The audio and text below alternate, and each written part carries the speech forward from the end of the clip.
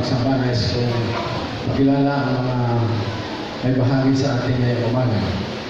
Meron po konting pagbabago sa ating binyagan. Right after ng ating service, o second service, pagsamba, ay gagawin na lang natin ang ating binyagan. So, inanyahan yung mga kapatid na gusto mag-witness sa binyagan at kung kayo naman ay kaya muli na, hindi po namin kayo pinipigil. Pero nakikiusap kami, pwede natin i-witness ang binyagan right after ng ating pagsamba. Sa pangalan ng Iglesia ng Bayanan, kami nagpapaabot ng pakikiramay sa pamilya ng asawa ni kapatid na Miriam na ngayon ay namumulila dahil sa kanyang pagpapahinga sa kamatayan. Tingnan natin kung magagawa ng Iglesia na punta tayo doon sa mga kapatid na may panahon mamayang hapon ay ating sikapin kung pwede na tayo mas pagbigay ng paglilingkod sa pamilya ng mga kita.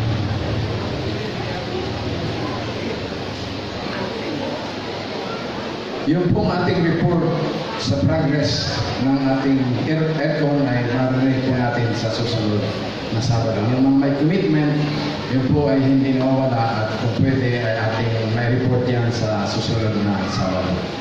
Ngayon po ay nais kong ipakilala ang mga may bahagi, yung mga siwa sa paglikom ng ikapo at mga handog sa mga siwa ng Father Gregorio Papa. Ang scripture reading, ginampanan ni Father Rudy Alcaparas at ang pastoral prayer ay dinala tayo sa trono ng awa ng Panginoon sa pamagitan ni Pastor Manny Acosta o Emmanuel Acosta, ating district pastor. Ngayong umaga ang ating tagapagsalita ay hindi ko personal na kilalang-kilala. Although nakilala ko siya sa pamagitan ng mga balita. Anong ibig sabihin? Maaaring narinig ko sa radyo, narinig ko, nabasa ko sa dyaryo sapagkat siya isang achiever. Ayaw niya ipasabi ito, pero akin na lang ito, hindi ito sa iyo.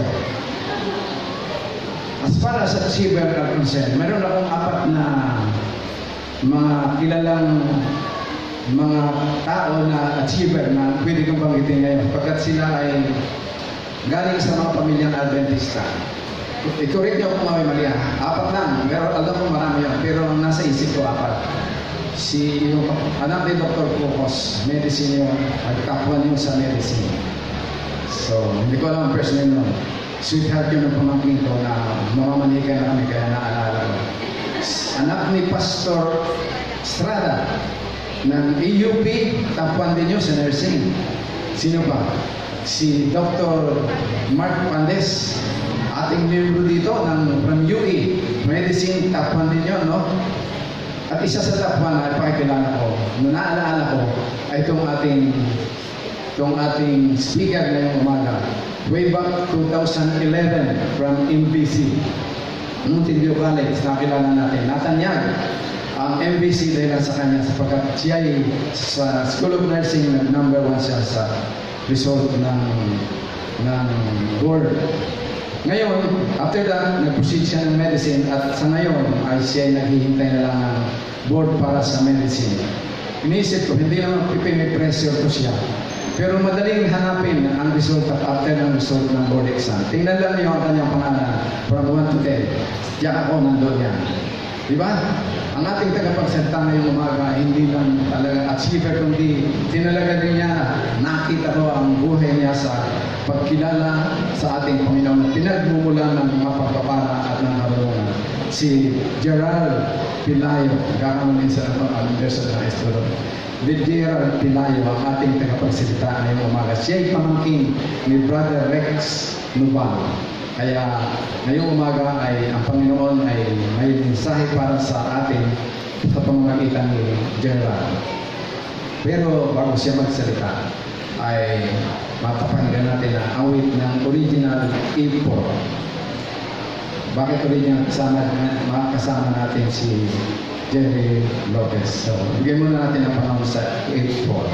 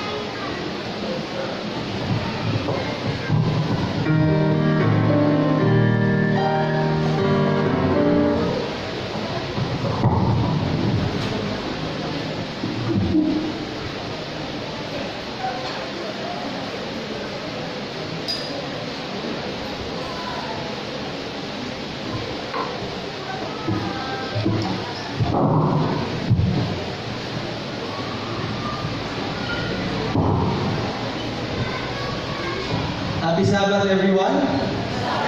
And good morning. Ngayong umaga mga kapatiran, I'm so happy because I was able to come here kasi sobrang lakas ng ulan kahapon. We were actually planning to come to Cavite last night. Unfortunately, sobrang lala ng ulan sa Quezon City. So sabi ko, bukas na lang ng umaga. I was really praying for a good weather today. Kaya kaninang umaga, like 5 o'clock, gising na ako. Tapos sabi ko, parang hindi pa rin maganda yung panahon. But Lord, please, parang hindi naman pwedeng hindi ako pupunta doon. Because a week ago, I was invited by my dearest uncle to speak today. And this church is very special to me. Especially in my journey in my med school. Because as far as I can remember, this is actually the first church I attended when I was still a first-year medical student. And after 5 years, I'm back again. And I would like to thank all of you for the prayers. At sana ay tuloy-tuloy niyo kaming ipag-pray for another series of board exams to take. I know that the Lord will be fighting the battle for us.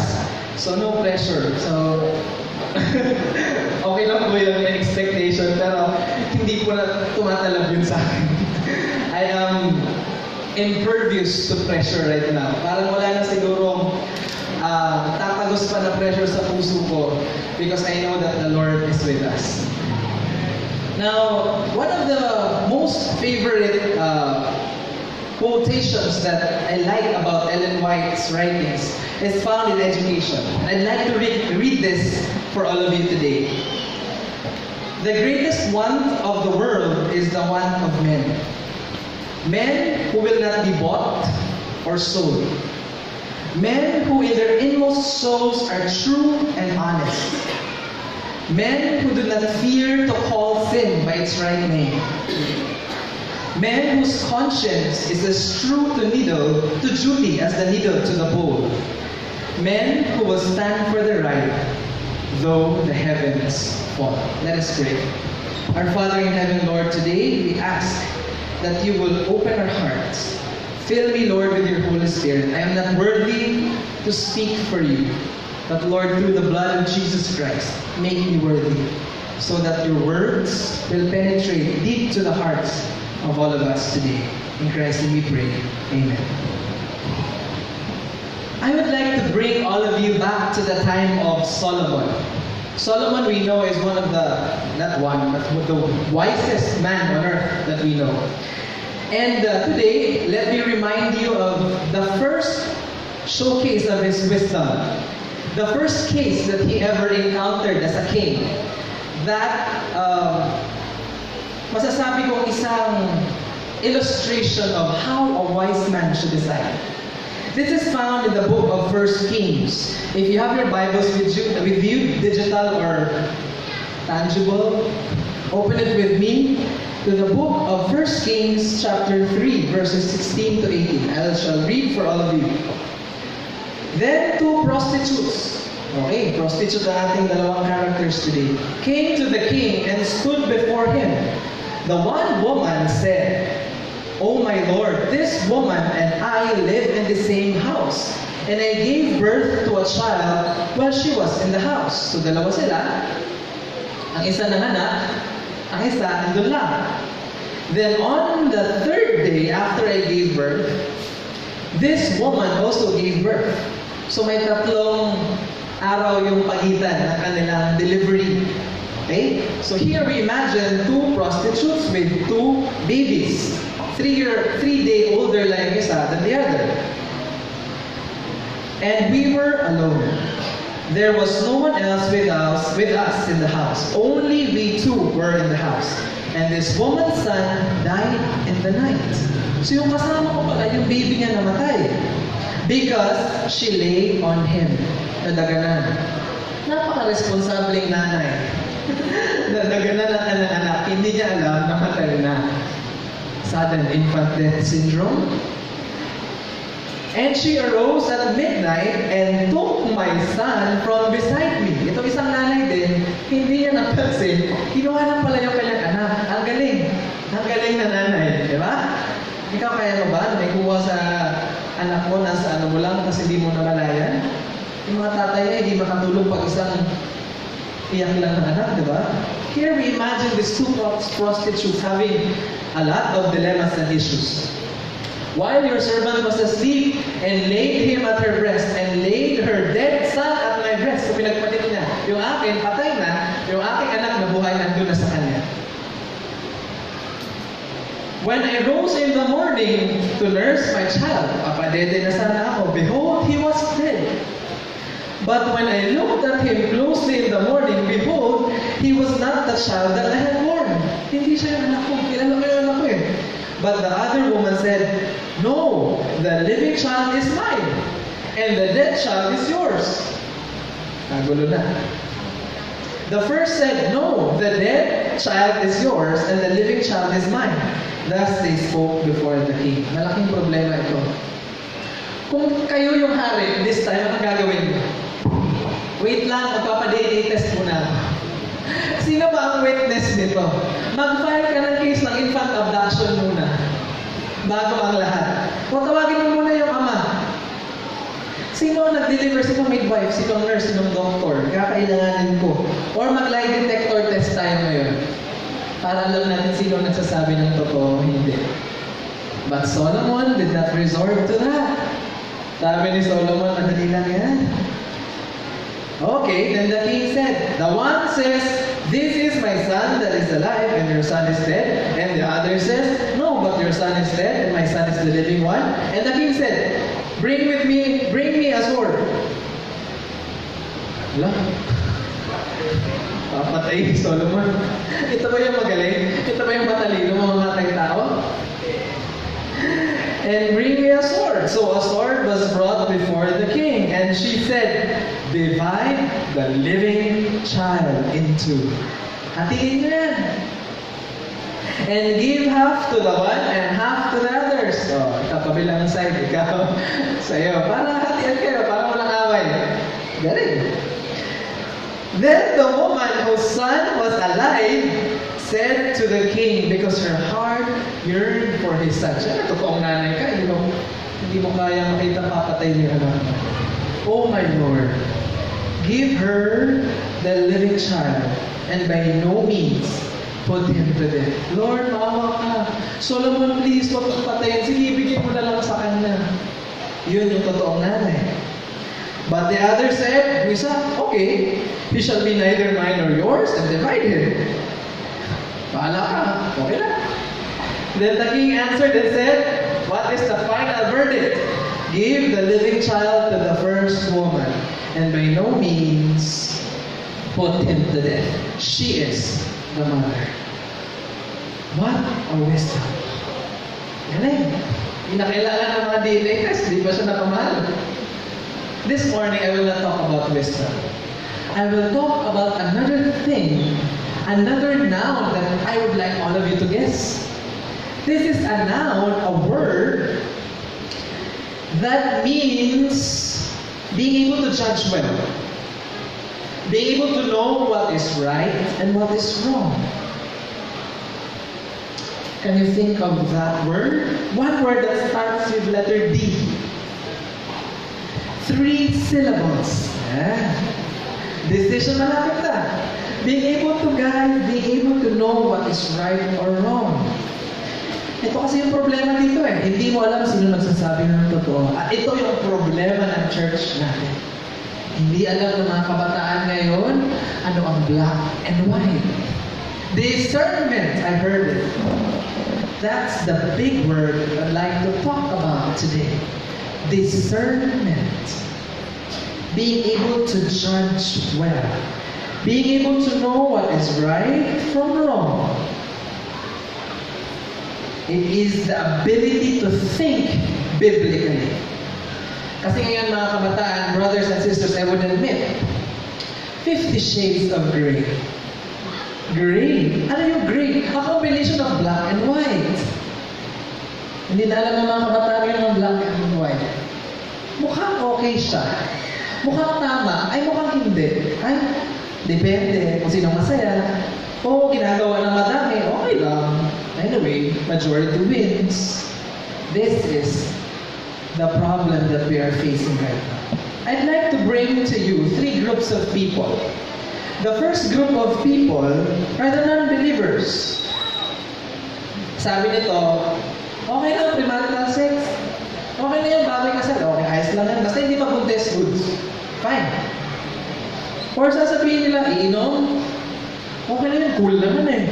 After ng exam, we deserve to enjoy. Yung mga friends ko eh. Josie, break muna tayo. Galing duty, mga doktor yun. Ano na, saan ang right and wrong? Saan ang tinuturo? Hindi ko na maintindihan. Or, may ibang pumapasa sa exam dahil nangungopia. Okay lang, basta pumasa at basta hindi lang mahuli. There are groups of people, believers, pero sabihin natin hindi Adventist, pero naniniwala sa Panginoon. Sila naman yung kilala kong, I have a friend, sabi niya, you know, I observed the Sabbath during the board exam, that's why I passed. And I was so surprised. Sabi ko, hindi siya Adventist eh. Sabi ko, talaga? Paano? During Sunday, I kept the Sabbath. Ano? Ano daw? Alam ba sinasabi mo? Oo, hindi ako nag-aral ng Sunday kasi that was my Sabbath. Alam na. Ano na ang black and white? Ano na, bakit ikaw na yung nag-decide kung anong Sabbath? And there are a group of people inside the church. Another group of people. Okay lang magtrabaho ng Sabado, past sunset, okay lang yun. Or mag-Facebook, okay lang. Hindi naman gaano yun, you know. Check lang naman ang message. Greet lang naman ako ng happy Sabbath. Or, minsan pag kumakanta, perform. Hindi na mamalaya, nagpe-perform na pala.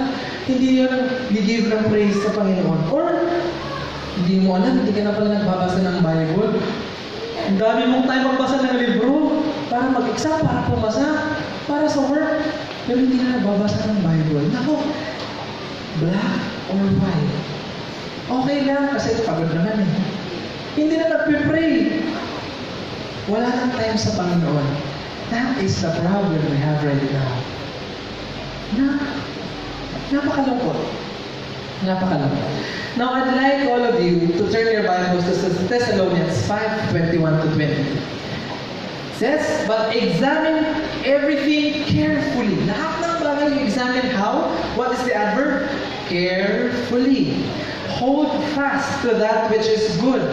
Fast. Kailangan, panghawakan mo ano yung mabuti. Abstain from every form of evil. Ilan? Every. Lahat. Hindi 50%. Hindi po pwedeng, okay, hindi ko ito gagawin ngayon. Kasama doon lang. 100% ang sinasabi. In other words, the ability to think and do with discernment is the ability to think biblically. Now, I would like all of us to examine ourselves today. Okay? Self-examination. Kasama ko ito. There are two very famous theories about moral ethics and philosophy. One is deontology and the other one is teleology. Deontology says the end does not justify the means. Ibig sabihin, pag mali ang ginawa mo, mali talaga yun.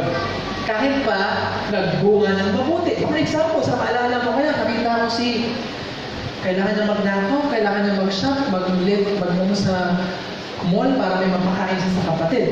The end was to be able to feed the child or her siblings. But the act was wrong. That is deontology. Kahit maganda yung intention mo, maganda yung ending mo, pero pag mali ang means, mali yun. Teleology says no. Pag okay yung ending, it will justify the means.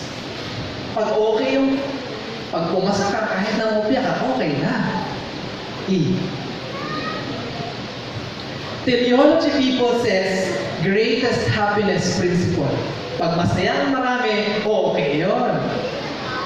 Doing whatever action produce and result that's agreeable to a person. Basta napasaya ko yung aking boyfriend, okay na yun. That's teleology. Examine the past experiences in order to predict the results of a present action. Anyway, ginawa ko to before, pumasa naman ako, gawin ulit natin. Teleology says that. What is deontology? Sabi ng deontology, golden rule. Kung anong gustong gawin ng kapwa mo sa'yo, gawin mo rin. It is fair and not to use others for selfish reasons. Huwag ka manggamit ng ibang tao.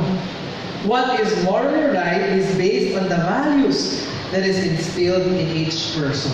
Parang okay ng deontology. Kung mali, mali. Black is black. White is white. Teleology parang ito yung nakikita mo dyan sa labas. Pag ano yung masaya, pag ano yung sinabi na nakakaraming okay, yun ang okay, yun yung mabuti, yun ang sabi ng teleological people. Now, another Bible character that I'd like to give you as an illustration is found in the book of 2 Samuel 6:1-7. Ito, very common character. Okay, kung may Bibles kayo dyan, open nyo, 2 Samuel 6:1-7. Sabi dito, David again gathered all the chosen men of Israel. 30,000, dami. And David arose and went with all the people who were with him from Baal and Judah to bring up from there the Ark of God. So ito si David, sabi niya, okay, dadalhin natin yung Ark of God to Jerusalem, which is called by the name of the Lord of hosts who sits enthroned on the cherubim. And they carried the Ark of God on the new cart.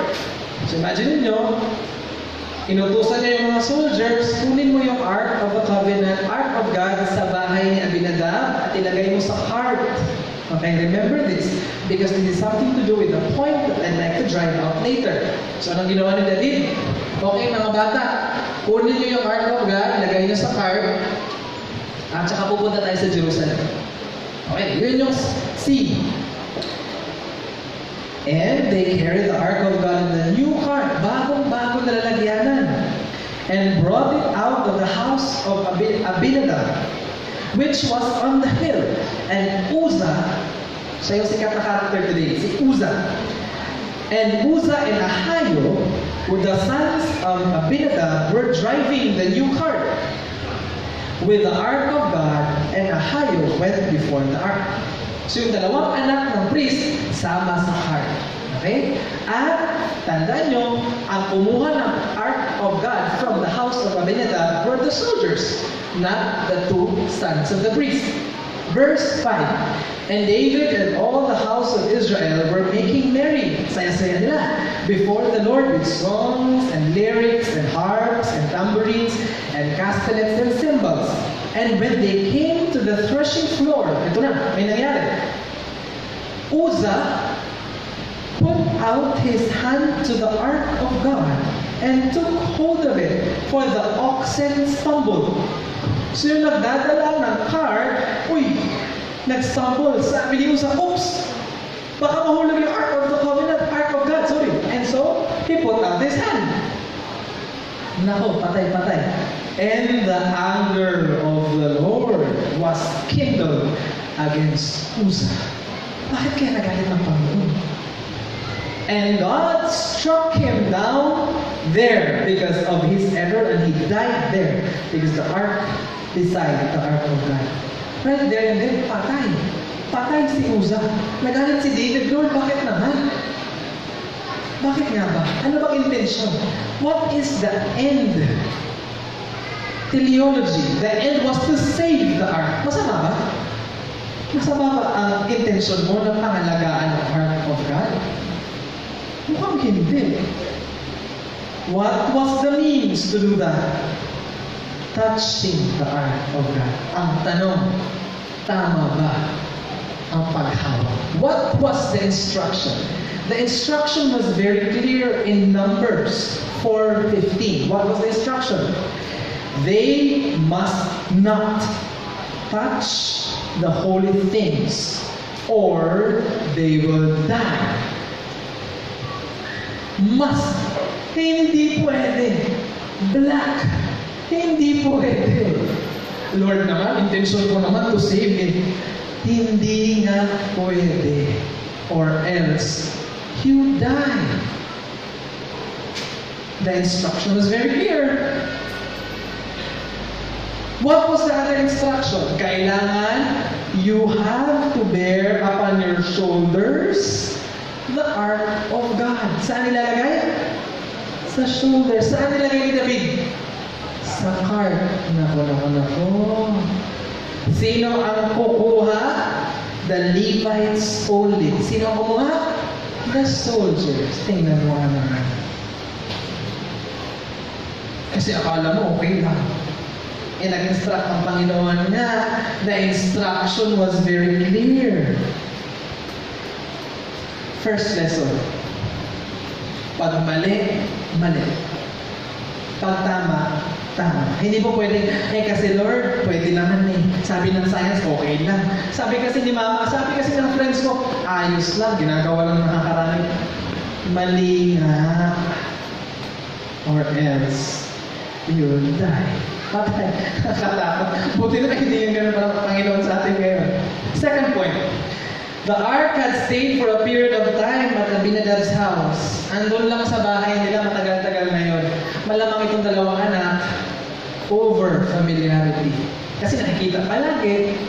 Kasi nagsisimbang palagi sa church. Kasi Adventist, born Adventist eh. They lost the awesomeness. They forgot the holiness. Sabi nga sa kasabihan, familiarity breeds contempt. Minsan kasi pag sanay ka na, hindi mo na-appreciate na bawal pala. Pakatandaan nyo to. Tayong lahat pakatandaan natin. Pag nasasanay na, ayos lang. Third point. According to the scriptures, the oxen stumbled. Sinabi ba na nahulog yung ark? Anong sinabi? Nag-stumble lang nga yung oxen. Si Uza kasi nawalan ng trust that the Lord will save His own ark. Akala niya, the Lord needed His assistance. Oh no, Lord, kailangan mo ng assistance ko. He felt it was his responsibility to save the integrity of God. And that somehow God needed His assistance. Nga naman si Uza. Nawalan ng trust sa Panginoon. Just like the disciples, when the waves were tossing their boat, Panginoon, bakit hindi ka gising? Malulunod na kami. Ay, naku, itong mga tao ito. The Lord was beside them. The Lord was just sleeping. Nalulod ba?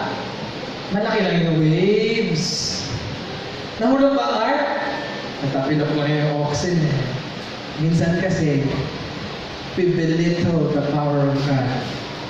Kasi Lord, baka di mo kaya eh. So magkaroon ako ng Sabado. Baka, ano ba na, pagkukulang ka, kailangan mo na-exert more effort. God's presence in the Ark of the Covenant seems to be lost in our church today. In the time of Moses, the people knew the awesomeness of God. God's absolute holiness. They saw the miracles of the Ark of the Covenant. Pagkasama nila yung Ark, ay palagi sila nananalo. Pag andun sa kalaban na po, lahat ng dadaan ng Ark of the Covenant nagkakaroon ng tumors sa kanilang mga kalaban. Sabi ng mga kalaban, huwag natin itong i-hoard ang Ark of the Covenant, balik natin ito doon sa Jerusalem. Kasi parang natatalo tayo every time nandito yan.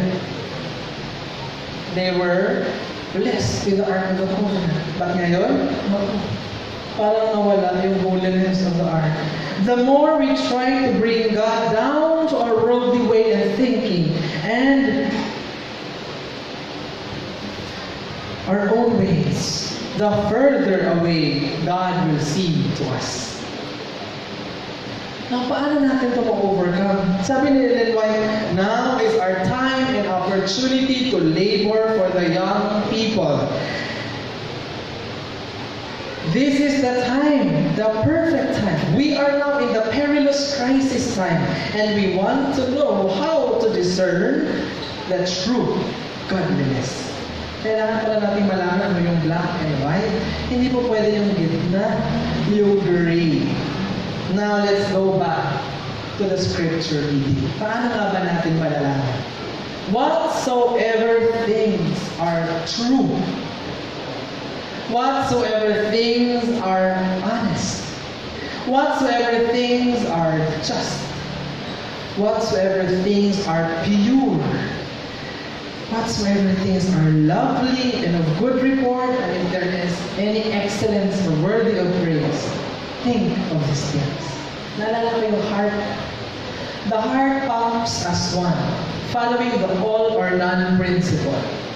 Pag umabot sa threshold potential, aakyat siya at magpa-fire. And as one, the heart will beat. Pag hindi umabot sa threshold, hindi siya mag-beat. Yun lang, kaya namamatay ang tao. All or none principle. Hindi po pwedeng true and honest but not just and pure. Hindi po pwedeng pure and lovely but not true and honest. Kailangan all. Kailangan true, kailangan honest, ulit-ulit ako, kailangan just, kailangan pure, lovely, of good report, and excellent. Mahirap ito, brothers and sisters. Every time we decide on things, go back to the standard of biblical discernment. Ano nga yun? True? Tama ba to? Honest ba to? Pure ba to? Lovely ba to? Ay, hindi pure, hindi ko gagawin. This is black. Ay, hindi honest. This is black. Hindi po pwede yan. Sabi ng iba, the 11th commandment, thou shalt not get caught. Okay lang may babae kang iba. Basta huwag ka lang daw magpapahuli. Naku. Pumasa ba sa pure? Pumasa ba sa honest? Wale. So madali lang pala talaga yung standard. Go back to the Bible. And you'll be able to think correctly. Mga kapatid, short lang yung message ko, but that's all. Every day we make choices. And today, gusto kong kumanta. Kahit hindi ako kasing galing ni Uncle Rex, gusto kong i-share sa inyo yung song na to. This is one of the favorite songs that I have. So, pasensyahan niyo ng boses kasi gas-gas na sa kakasalita sa mga pasyente at sa inyo. This is about our choices. Ang choices natin sa buhay, araw-araw, kailangan natin piliin ang wine. Kailangan natin piliin ang pure, lovely, just. In other words, we have to choose Jesus.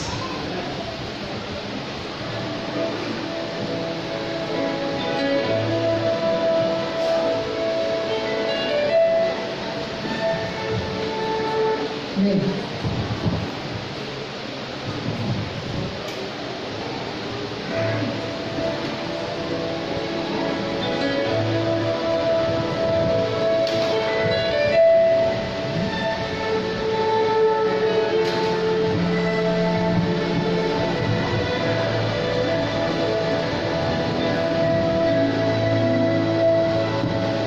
Some say life is just a series of decisions.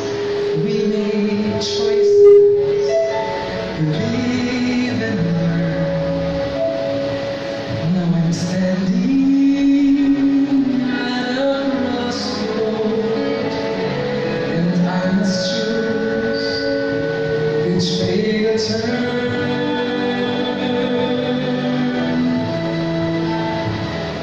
Down that one road lies all the world can offer. All its power, its wealth and fame. Down the others, just a man with its stars in his hand. But there is mercy in his eyes, and there is power in his name. I choose Jesus. I choose Jesus. Without a soul inside and out, I choose Jesus. Nothing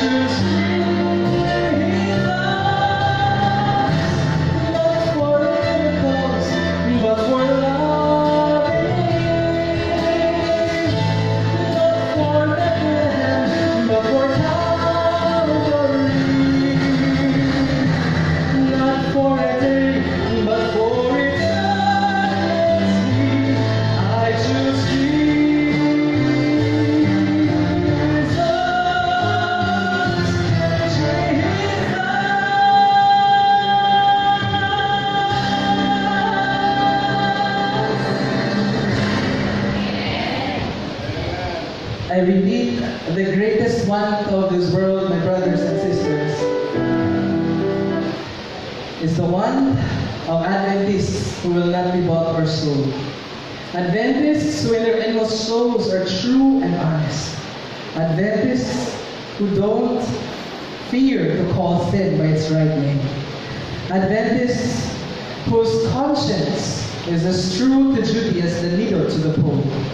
Adventists who will stand for the right, though the heavens fall. Good morning and happy Sabbath day to everyone.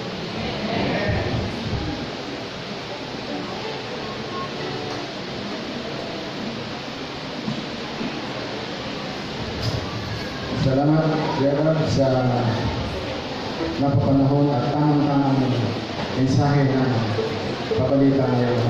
Right now po, kung muna kayo umalis, before closing song, nilitis natin ang baptism.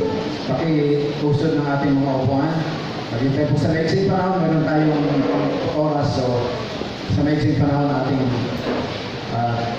i-witness ang ating baptism ngayon, ang tatlong kaluluwa.